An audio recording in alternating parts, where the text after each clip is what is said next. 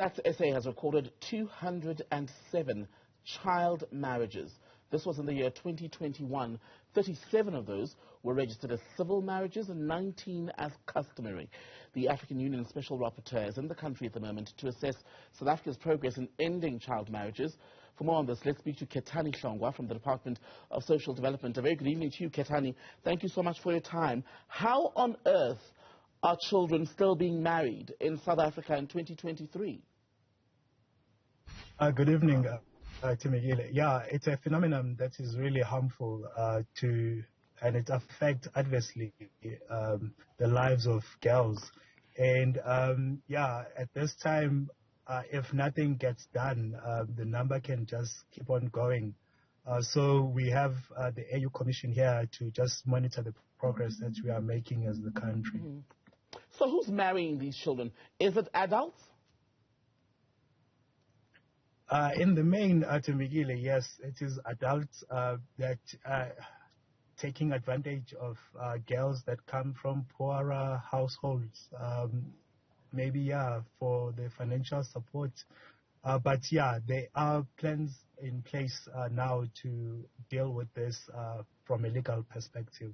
And what are those plans? Because if, for example, you've got a child who's being married by an adult man, to my mind, I can already see a scenario where there is sexual violence, rape, under the guise of we're a married couple, but this is a person who's not of the age of consent. So even then, it's statutory rape at the least. Yeah. Currently, the Department of Home Affairs has just published a new marriages bill, which seeks to abolish this practice. The current bill, Current Marriages Act, allows that a child may be married with the consent of a parent. So the new bill seeks to say, even if there was a consenting parent, but the child would have, or a person would have to be over the age of 18 before they can enter into either a civil or a customary marriage. So that means basically if a parent can consent to marrying off, let's say, their 15-year-old child, there's nothing that can be done to save that child if that girl does not want to be in that marriage, right? Currently, that's the situation, and hence we are seeing the numbers that you were quoting earlier on, and that's something that needs urgent attention. Yeah. And of the numbers, I'm looking at the breakdown now, 188 of those 207 children who were married in 2021, 188 were girls.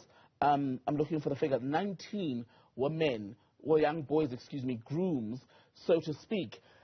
How then do we put the numbers together? Am I right in saying that this is likely, in fact, to be underreported, given the vast levels of poverty in South Africa and the other factors that may be behind this sort of thing?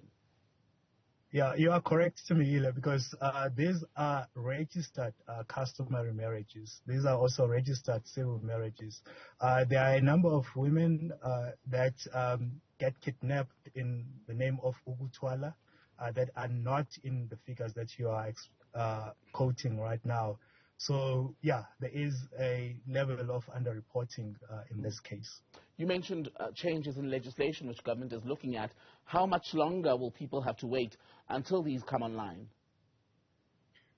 We anticipate that the bill, after the conclusion of the public comments that concludes at the end of this month, August, it will then be sent to Parliament for Parliament to consider the bill.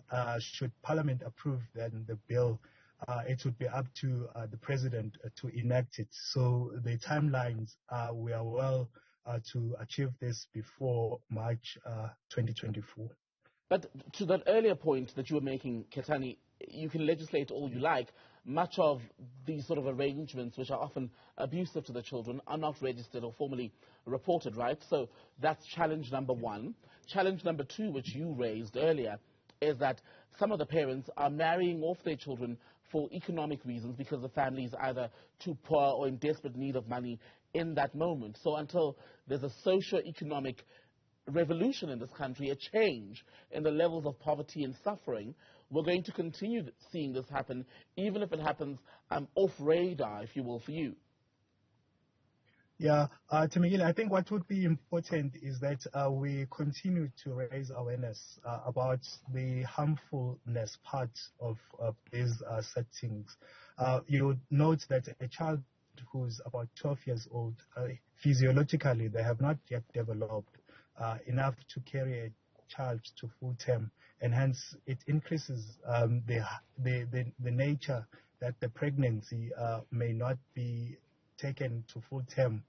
It also takes girls out of school, which means later in life they won't be able to be productive, economically speaking. So this is really something that really requires one to advocate seriously against, even after the act is enacted. So we will have to continue teaching our communities about the negative aspect of early child marriages. And how are you doing that in an everyday scenario? Because I myself, having grown up in a township setting, for example, I don't recall seeing much around this being said or any sort of educational drive. Even where I live now, these aren't conversations that people are having daily, or where there's a presence from government trying to stop this sort of thing. Yeah, we have already scoped the areas that we refer to as the hotspots, and in the main, these are areas that are in rural areas, and in mainly maybe 3 provinces: Limpopo, KZN, and Eastern Cape.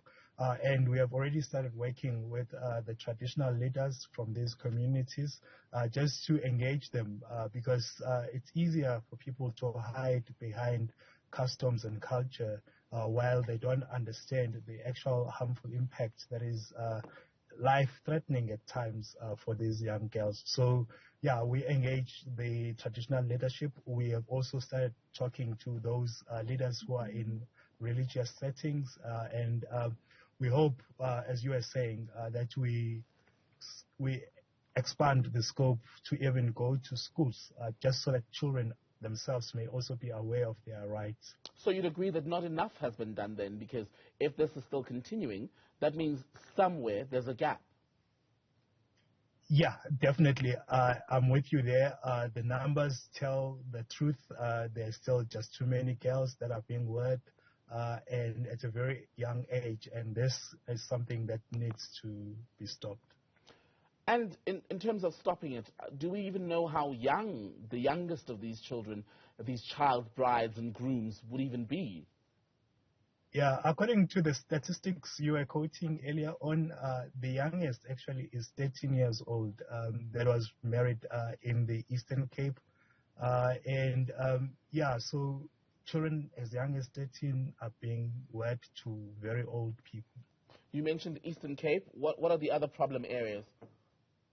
Yeah, the other problem areas are the rural areas in the KZN province, as well as some areas in the Limpopo province. And we find that the other provinces generally, we are not really experiencing these practices. Thank you very much for that. Social Development Department's Khethani Hlongwa. Good to speak to you. Thank you.